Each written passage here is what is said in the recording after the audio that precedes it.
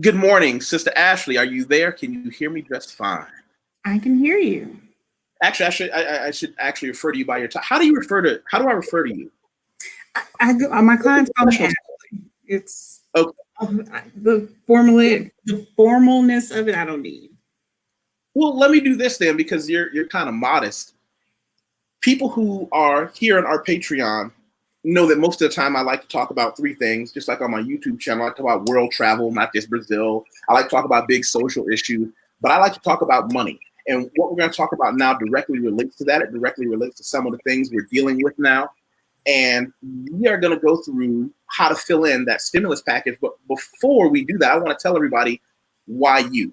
Why did I say I wanted you to be here with me? A large part of that is because, and I'm going to show people 2 pages.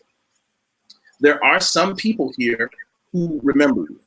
You are a great friend to have on our chats. You know, you're not afraid to get into it with people, but you also come by and drop some pearls of wisdom through your profession. So what I'm going to do is show people, let's see, the first place, let's see, Home tab. Try this. If I type in Ashley on my YouTube channel, the first thing to come up should be when you came by and talked to us about taxes. It's tax time again. Wow, how long ago was that conversation? Maybe in October. Business taxes were due. Extensions were due around that time. Yep. Ashley Attorney rescued us from a tax man. And that was 3 months ago. It breaks my heart that more people haven't been looking at it, but it's not fun. At all. It's not fun. I think that's one of the things that really pushed me towards listening to what some other people told me about starting a Patreon for people who are just serious about the things that I bring to them that may not be fun. Everybody go back and look at Ashley, the attorney. Now, she comes in and talks to us about a lot of stuff, not just that. And for her, I want to show everybody who she is and where she is, and we can read through a little bit of what makes her qualified, not just because she's awesome. Rippy Steps and Associates. And if you click over here, meet our attorneys. Then you scroll down, and she looks like a doll in this picture. Cute as a bunny. Managing partner. That's an important title. That's a very important title. And I want everybody, I'm not going to make everybody read through this here. You know, she does probate, estate planning, long-term care planning. She's the kind of person that I work with as a financial professional, helping people to plan their financial tomorrows and futures and where to put money and what probate is. Honors and awards. By the way, tell everybody what JD means. Juris Doctor. Meaning? That is the degree that we get for graduating law school. There you go. Which is different from passing the bar. Correct. And I didn't know that for a long time. You can go to law school, and if you don't pass the bar, you just wasted all your time and money. Not quite. You now have a professional degree, so you still command more money because you have that degree. You just can't practice law. That sounds weird, but okay. Yeah, like I have friends that are insurance adjusters. You know, they make tons of money telling people, no, we're not going to insure that. Yes, we will insure that. You know, underwriters. They do title opinions. Well, most of them require licenses, but yeah, there's other things. Teaching. Lots of other things we can do. And by the way, she's not in a witness protection program. Actually, I'm looking behind her. She's in her office, and that's why she's got all these windows open, and it kind of casts her in a shadow, but we can see you well enough. It's usually not this sunny in here, but yeah. It's cool. It's cool. It's cool. So let's get down to business. I want to click on this website. COVID-19relief.sba.gov/# the Disaster Loan Assistance Program. Federal disaster loans for business, private nonprofits, homeowners, and renters. Expiration date, September 30th, 2020. Now, a lot of people are going to say, I have plenty of time to do this. No, you don't. You need to find out now if you can get this done. Okay? Streamlined requirement process. And Ashley is going to do most of the leading here. We're going to pretend as if I'm doing this. Let's say we're a business with not more than 500 or as sole proprietorship without employees. Applicant is a cooperative with not more than. Applicant is employee stock owner program, small business concern. Most people are going to be either the first or the second option. So we'll go here. Review and check all the following. Not engaged in any illegal activity. No. Non-principal of an applicant with 50% or greater ownership, interest more than 60. No. Not an agricultural enterprise. No. So back up at that child support one. Second box. What? Oh, so, okay, wait, let's go back. We're talking about here, right? Yes. So you can't be more than 60 days delinquent in child support obligations. That will disqualify you. Ooh. Can I tell you a horror story about a friend who's a black belt in a particular martial art that I will not name? And I had the opportunity of training under him for a while. And he got a letter offering him a place in a tournament in another country, and we were so proud of it. He went to get his passport, and a month later, he had to come in, and in the locker room, he was crying, and we thought he was injured or something like that. Apparently, when you don't pay your child support, your passport goes away too. Mm-hmm. A lot of people don't know that. Your passport goes away. If you have any licenses, they will take your licenses. So if you're a barber, they take your license, they take your driver's license, the financial industry, any licenses that you have, they will suspend them all until you are current. Wow. Wow. That's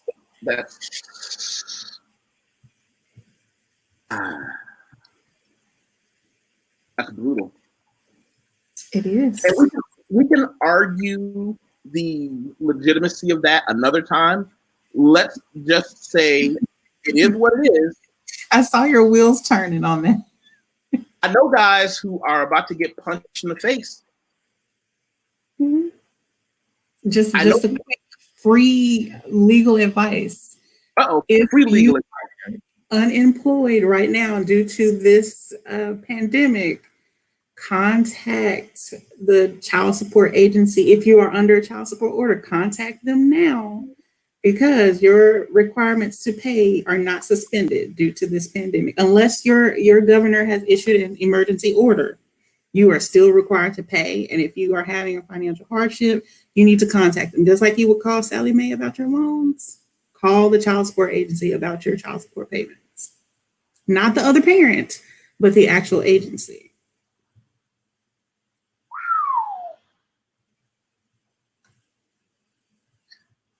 Okay. Thank you for that. I know that somebody somewhere needs it. As a matter of fact, I'm going to show something with some people to add a little bit of levity to the situation, but not really. São Paulo, Brazil has something that I first started seeing around carnival time. They take things so seriously that you can actually get off a bus station, a train station, and they're just like, hey, look what we got free. I'm not even going to translate this for you. What does that say? What does that say? What do you think that say? I actually can't see it, but they look like condoms. You can't even see it. Hold on a second. Let me put it here. Yeah. Yeah. Important. You don't understand. It's a small decision, but let's get back. Let's get back to filling in this application. Stop me anytime I go too fast. Okay. So we got no here. Applicant is there a history of your background? Oh, probably my fan. Your what? The fan on my computer. Oh, okay. Applicant is non-agricultural. Does not present live performances of a prurient sexual nature or derived directly or indirectly from more than the minimum gross revenue to the sale of product, service, or the presentation of any depictions or displays of extreme sexual nature. So does this mean that you're in pornography? The answer is no. Correct. If you're an Instagram model, that includes you as well. No. If the majority of your posts are, oh, look at my body, they're including you in that as well. So I'm getting a few calls from Instagram models who are setting up businesses. A lot of them are actual LLCs or corporations. So they are, if the majority of their posts are, body sex related, then they do not qualify. But that's so judgmental. Absolutely. We live in America here. That's so judgmental. Wow. Mm-hmm. Like, I don't even know, like, where do I go with that? So what if you're not a business, but you do have Instagram, and some of your Instagram is a thirst trap, as the cool kids say these days? But if that's not your business, it doesn't matter. You're applying on behalf of your business, not your personal, Instagram. Somebody might say my Instagram is, I'm thirst trapping people, but yeah, see, thirst trap. But is that your business's page? No. Okay. No, it's not my business page. This is just me flexing on it. Mm-hmm. Okay. Just checking. So I'm safe. You're good. Okay, I'm safe. You're giving us these jewels of wisdom. You know what? And I've said this to you before. You have a demeanor and a patience that maybe I don't have. You should really consider putting yourself in a situation to bring what you do to more people through more vectors than just me, because I'm going to introduce you to all my friends and all my colleagues and the people who are my clients and the other people that I do business with. I'd like to see you doing something like this one day. I'd like for you to come down to Brazil, hang out with me, write it off as a business opportunity, and we set some things up like, will or some things like that. I mean, I'm kind of putting you on the spot because we're live. Sound like a good idea? I'm working on it. Okay. But y'all heard her say she's working on it, right? Okay. So the applicant does not, so we're not purient. Applicant does not derive more than 1/3, that's 33% of gross annual revenue from legal gambling activities. For the people in the back row, can you tell them the difference between gross and net? So gross is what comes down before taxes, before any deductions, health insurance, life insurance, 401k, any of that. Gross is period. You earn this. Net is after taking out all of those things, taxes, Social Security, health insurance, all of those things I named. So if you make $18 an hour, that 18 times 10, that's your gross. So I don't have to be a gambler. What if I'm a dealer in Vegas where I used to live? Dealers are employees. Casinos are not eligible. Gas stations, if you are a gas station and you sell lottery tickets, and 1/3 of your gross revenue comes from lottery tickets, you're not eligible. Convenience stores, bodegas, any of those places that sell lottery tickets. Wait. Maybe I heard you incorrectly. If I work at a convenience store, lottery ticket, your corner store, bodega, and I'm selling lottery tickets, I'm not eligible? Employees. We're talking about businesses. So if the business itself, so let's say most gas stations are corporations that have, 5 to 7 owners. Each that gas station corporation cannot have more than 1/3 of its gross income from lottery sales.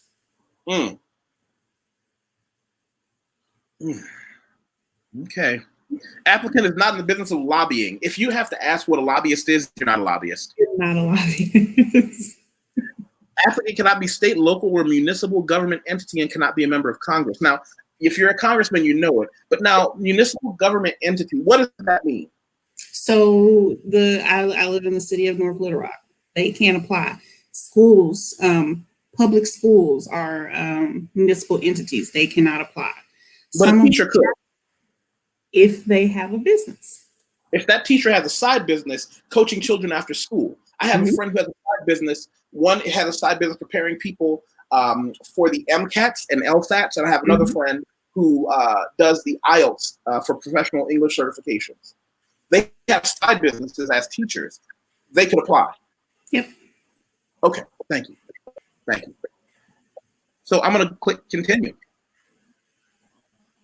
So let's say let's see if I use like this.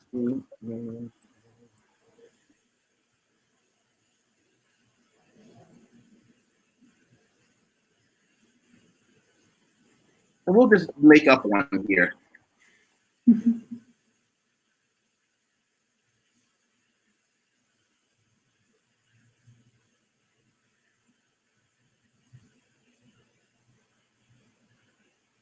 Oh, by the way, for those who don't know, what I do want to put in there to show everybody what I do specifically.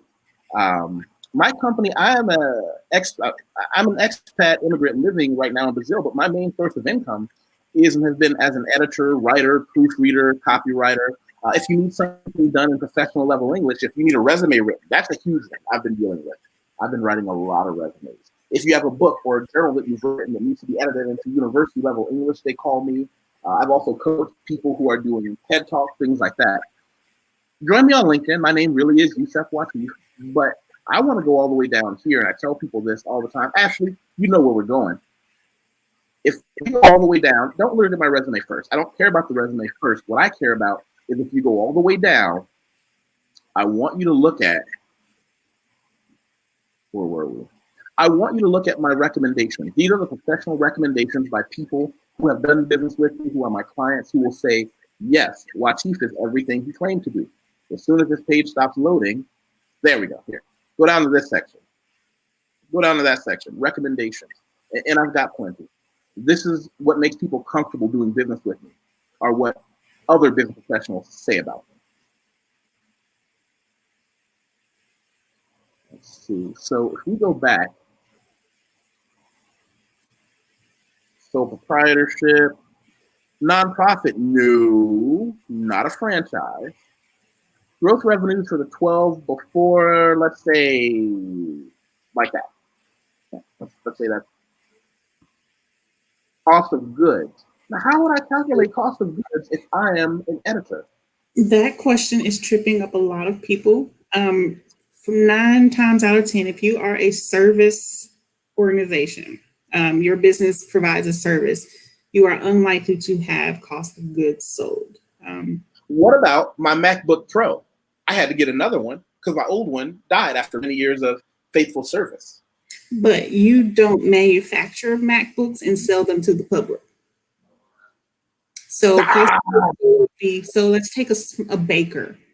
They would have cost of goods sold. They're buying flour, sugar, all of that stuff to then turn around and make a baked good to sell. Whereas I'm an attorney. I buy notepads and pens and all those things, but I'm not turning around to sell them.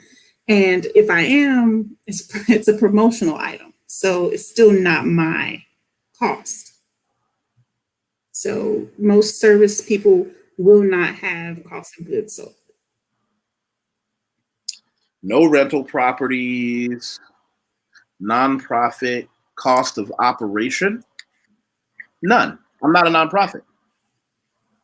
Right. You can put 0 or not applicable. A lot of the next questions apply to nonprofit organizations. Okay. All secular activities provided by faith-based entity, 0. List of secular social services provided, 0. Compensation from other sources as a result of the disaster, 0. If you apply for any other programs, you would put that there. Now, brief description of other compensation sources. Is this where I put, I am an editor? No, this is only for other disaster programs. I believe there's 3 other national disaster programs. Some local, some states have programs. Some cities are offering programs. So if you received something from one of those, you would put that there. Now I'm going to put an address. Let me think. I have an address that I can use. It's a public mail drop. And let's see.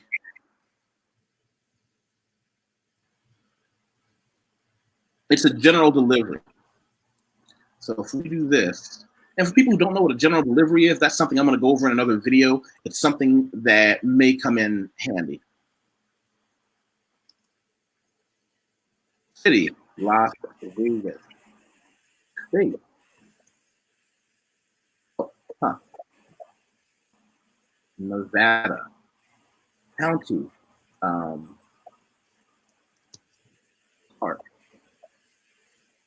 Zip code 89115.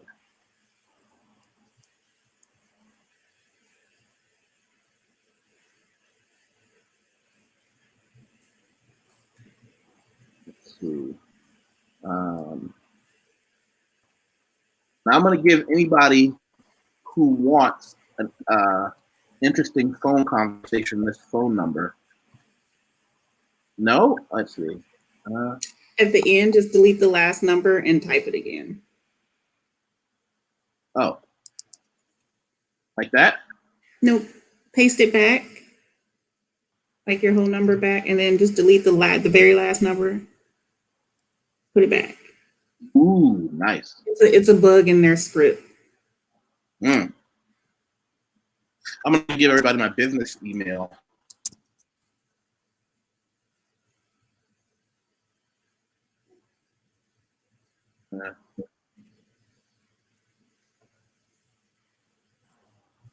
Hey, the business was established. Ooh. Let's go back. You know what? For that, we're going to have to go back to my LinkedIn.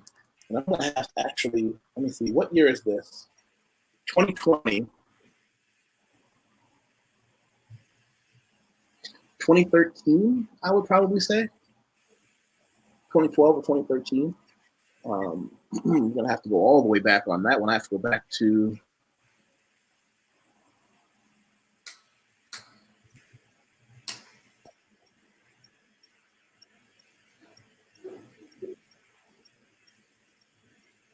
November 2012, let's say. Here we go. November. So that's 11, 20, 2012. Nope. I have to have a full date. Month, day, year. That? Yes, Is that correct? 2012. So it's okay. Current ownership since 11, 22.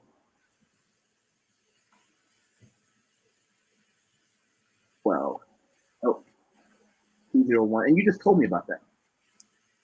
Okay, 11, 22. There. Business activity. How would I classify myself? Professional services, I believe, is one of the categories. We got personal, educational. What are the other options? Agriculture, automotive, no. Business services. Okay. Definitely. Detail. None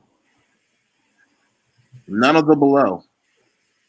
Number of employees, 0. Next. You cannot have 0 employees. I can't? Nope. You have to have 1.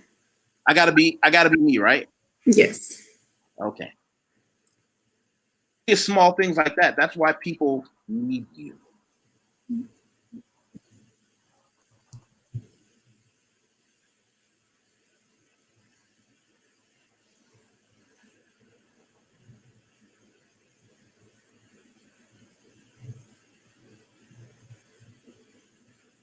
Title. Ooh.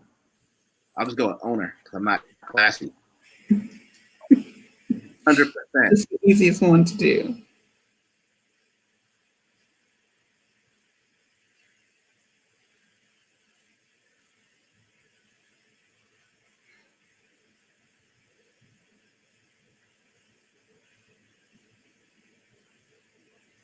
Month. Okay.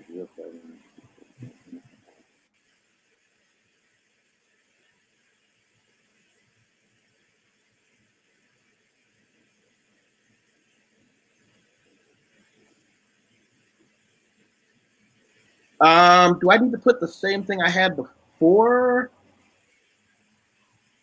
Well, this is where they're going to run the credit check. So this information needs to match something on your credit profile. Okay.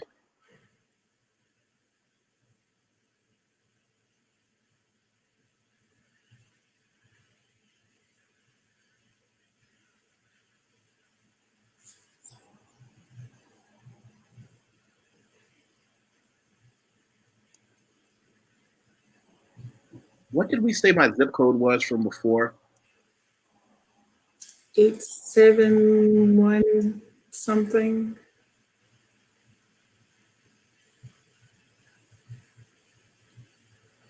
Okay, it was.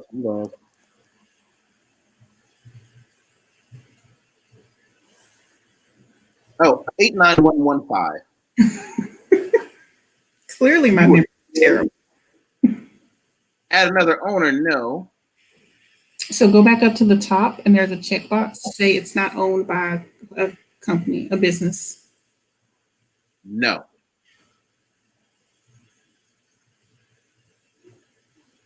In this past year, have I been convicted of criminal events committed in connection with a riot, civil disorder, or even engaged in the production and distribution of any product or service that have been determined to be obscene? No.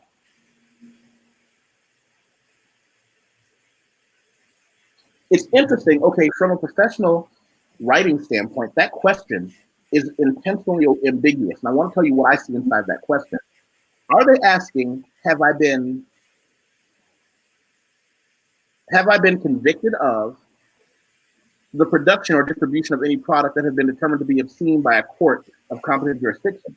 But that doesn't mean the same as or ever been engaged in the production of. What if I was engaged in the production of something that has been determined to be obscene, but I was not convicted or even arrested for it? Then that's not the answer to that question. You answer what they're asking. A lot of people get in trouble for assuming, well, I think they did this. I just thought it, didn't I? Mm-hmm. Yeah. When bright people do dumb things. Applicant or listed currently suspended or debarred from contracting with the federal government or feeding federal grants or loans? No. Now, here's a question. If you're, let's say you went to jail for blah, blah, blah, and you're out, does this prevent you from, if you do own a business, let's say you got out of jail and you opened up a car repair place, just you opening up a simple mobile car repair. People call you from when they're stuck on the road. You go out there, fix their car, fix their flat tire, fix the whatever is wrong. And that's your business. But you got out of prison a couple of months ago. Does this bar you from it? Does that question ask? But you can't get federal. Okay, fine. So some crimes are barred from receiving federal crimes and most funds, and most of them are drug crimes. But of course, we all know. Most of them are what? Say that again. Most of them are what? They're drug related offenses. But we all know that there are ways to get around that, particularly using corporations. So if the question doesn't ask, have any of your owners been convicted, or most times they have to be majority shareholders. But as of now, we don't have guidance on that just yet. So this is literally coming out. That came out, I think this application came out on Sunday. So today's Wednesday. We're still getting guidance on do's and don'ts. We have no idea, how they're going to calculate how much you get. All of that's still just up in the air. But we do know it's first come, first serve. So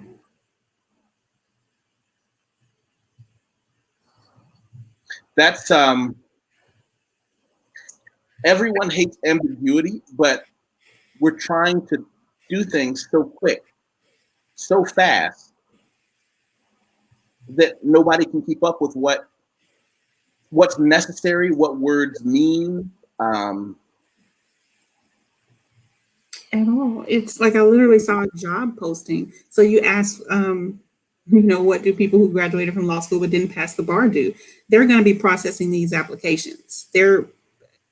they are hiring unlicensed attorneys to process these applications.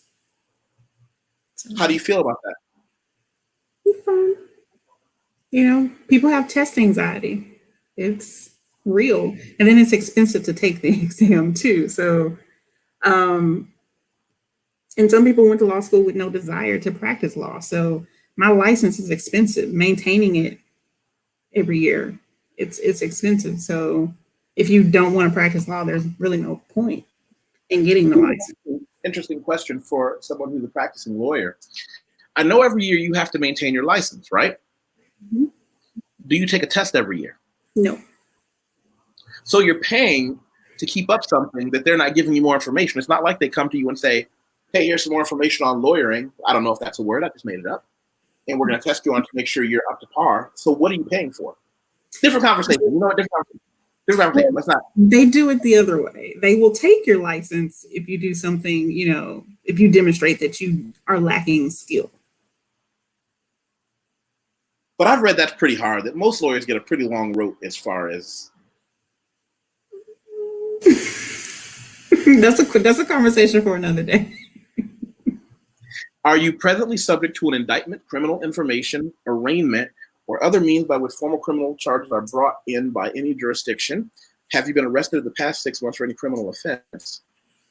For any criminal offense other than a minor vehicle violation, have you ever been convicted, pled guilty, pleaded nolo contendere, or been placed on pretrial diversion? What is that? And what is nolo contendere? It's basically your no contest. The charges are filed, you're not contesting them. It's basically a guilty plea, but it's not a guilty plea. You don't contest the charges, basically. You just want to get it done and over with and move on. Most times to get a plea deal, you have to plead either guilty or no contest so that you can go on and it'll eventually come off your record sometimes. Now, what about criminal law? Let's state that. Okay, what is pretrial diversion? So before going to trial, like you can do, so like pretrial motions to get things entered, dismissed. You have charges basically, but you haven't gone to trial. Like TV shows that, you know, trial happens within the same week. That's very unlikely. You may get a trial 2 years from when you're actually charged. So that's considered pretrial. Gotcha. I have a problem with B. Have you been arrested in the past 6 months for any criminal offense? Just because you've been arrested doesn't mean they even have evidence. Mm-hmm. But that's why this question is here. Like all of on that first page that we went through, the disqualifying questions, this isn't necessarily a disqualifying question. It's you answer yes and you have the ability to explain. Oh, so I'll just put no. I don't have it. I'm just saying. Now, if we had done this, if I was your client, which I'm not, if you were giving me real legal advice, which we're not, this is all fantasy world, I'd put you here, correct? Right. If anyone assisted you in completing this application, whether you pay a fee for the service or not, that person must enter their information below. And we'd have to put the fee charge. Mm-hmm. I would like to be considered for an advance of up to $10,000. Yes. That's pretty much the only reason to complete this application. Where to send funds? Wow. And that's the end. Now here's the thing. Watch this. Where to send funds? Do you know how many people are underbanked and not banked at all? Most businesses are not underbanked. That's one of those, they're not. Maybe, in fact, yeah, sole proprietors aren't really underbanked.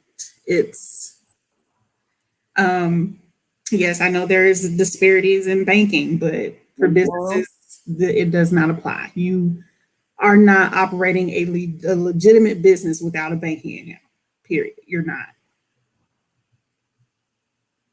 And then I hereby certify under penalty of perjury under the law of the United States that the above is true and correct. Don't lie on these applications, people. They might not catch you now. They might not catch you next year. But I promise you, When they do, they're going to bring down the hammer of justice upon your genitals. They will bar you from receiving lots of funding, lots of Oh, anything. not just funding. They will get it in.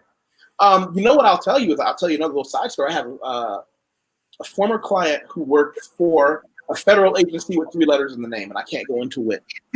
He told me that every now and then they get people on these money issues where people have been lying about money. Some people lie about having more, some people lie about having less. And he said the trick to it is understanding. He said this is as a federal employee of many years, most people who lie will get away with it. However, that is why when they catch anyone, it is a public crucifixion. We will make sure we do things so horrible to you that your spouse will commit suicide and your children will change their names to not be associated. That's why we splatter it all over the news. We want to paint a letter. We want to write a letter to the public about how it's not worth it, and we're going to use your guts as ink. He said, that's why we come down so hard. So you understand it's never going to be worth rolling those dice against the government.